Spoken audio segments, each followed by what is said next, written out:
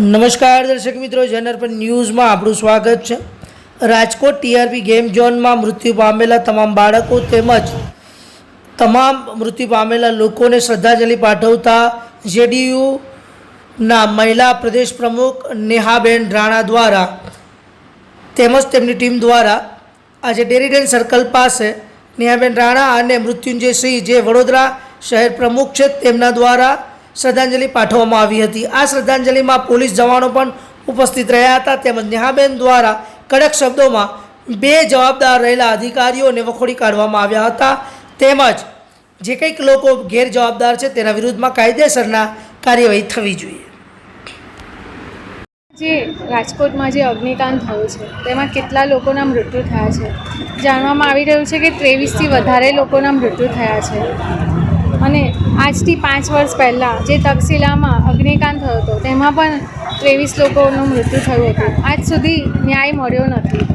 ત્યારે પણ આપણા જે મુખ્યમંત્રી હતા જે કહેવાતા હતા સંવેદનશીલ મુખ્યમંત્રી છે તેમને પણ ન્યાય આપ્યો નથી અને આપણા ભૂપેન્દ્ર પટેલ જે મૃદુ અને મક્કમ નેતા ગણાય છે તેમને પણ ન્યાય નહીં આપ્યો અને આજથી 2 વર્ષ પહેલાં જે રાજકોટમાં મોરબી પુલ તૂટી ગયો હતો અને એમાં 150થી વધારે લોકો મૃત્યુ પામ્યા હતા એ લોકોને પણ ન્યાય આપવામાં આવ્યો નથી અને આજથી આ જ વર્ષે જે વડોદરામાં હરની બોટકાંડ થયો તેમાં જે બાળકો મૃત્યુ પામ્યા હતા તેમને પણ ન્યાય આપવામાં આવ્યો નથી। બસ સરકાર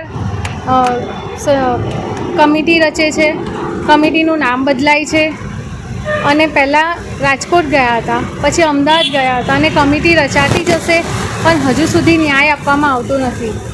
તો આપણી ગુજરાતની જનતાને અપીલ છે કે શું આપણે 45 ડિગ્રી ટેમ્પરેચરમાં બહાર નથી નીકળી શકતા તો એ જે બાળકો 800 ડિગ્રી ટેમ્પરેચરમાં સળગીને બળીને ખાક થઈ ગયા શું એમના માટે તમારા આંખોમાં આંસુ નથી આવતા? આ ભૂલ સરકારની નથી, આપણી ગુજરાતની જનતાની છે। આ ટાઈમે તમારે અવાજ ના ઉઠાવવો જોઈએ, ચૂપ રહીને આપણે ખાલી ડેડ બોડી જ ગણતી રહેવું જોઈએ। આપણી ગુજરાતની જનતાને અપીલ છે કે આપણા બાળકો મરી રહ્યા છે, સરકારને કોઈ ફરક પડતો નથી। આપણા બાળકો સળગી રહ્યા છે, એક્સિડન્ટ થઈ રહ્યા છે, એટલે આપણે અવાજ ઉઠાવવાની જરૂર છે અને હું ભગવાનને એટલી જ પ્રાર્થના કરું છું કે અમને શ્રદ્ધાંજલિ આજે રાખવામાં આવી છે કે જે બાળકો 800 ડિગ્રી ટેમ્પરેચરમાં બળીને ખાક થઈ ગયા શું તેમને ઠંડક મળશે, તેમની આત્માને શાંતિ મળશે? બસ ભગવાનને એટલી જ પ્રાર્થના છે કે એમને આશરો આપે, એમની આત્માને શાંતિ આપે અને એમના જીવને ઠંડક મળે। અને આ જે થઈ રહ્યું છે ભ્રષ્ટાચાર થઈ રહ્યો છે એના માટે આપણે અવાજ ઉઠાવવો જોઈએ। ગુજરાતની જનતાને વિનંતી છે કે અવાજ ઉઠાવી આપણે ન્યાય અપાવવો જોઈએ। નેહા રાણા, ગુજરાત प्रदेश प्रमुख जेडीयू। जी राजकोट में जो भी घटना हुआ है बहुत दुर्भाग्यपूर्ण है। दोबारा ऐसा ना घटे, सिस्टम को अलर्ट रहना चाहिए, सिस्टम को एक्शन लेना चाहिए, गवर्नमेंट को भी सोचना चाहिए। ये तीसरा घटना है 1 साल के अंदर में जो बड़ा घटना हुआ। यहाँ पे 30 से ज़्यादा पब्लिक मर चुकी है, मीडिया रिपोर्ट और बाकी सब रिपोर्ट के अनुसार से। गवर्नमेंट अभी तक कुछ एक्शन नहीं लिया। एक्शन के नाम पे 3 लोगों का अरेस्ट हुआ है। इस पर गवर्नमेंट को एक्शन लेना चाहिए, कठोर से कठोर सज़ा मिलना चाहिए। हम लोगों का यही विनती है गवर्नमेंट से। और इसके लिए कैंडल मार्च का आयोजन हम लोग किया हुआ था। जो भी व्यक्ति का मौत हुआ है बहुत दुखद है और भगवान से विनती करेंगे कि उसके आत्मा को शांति मिले।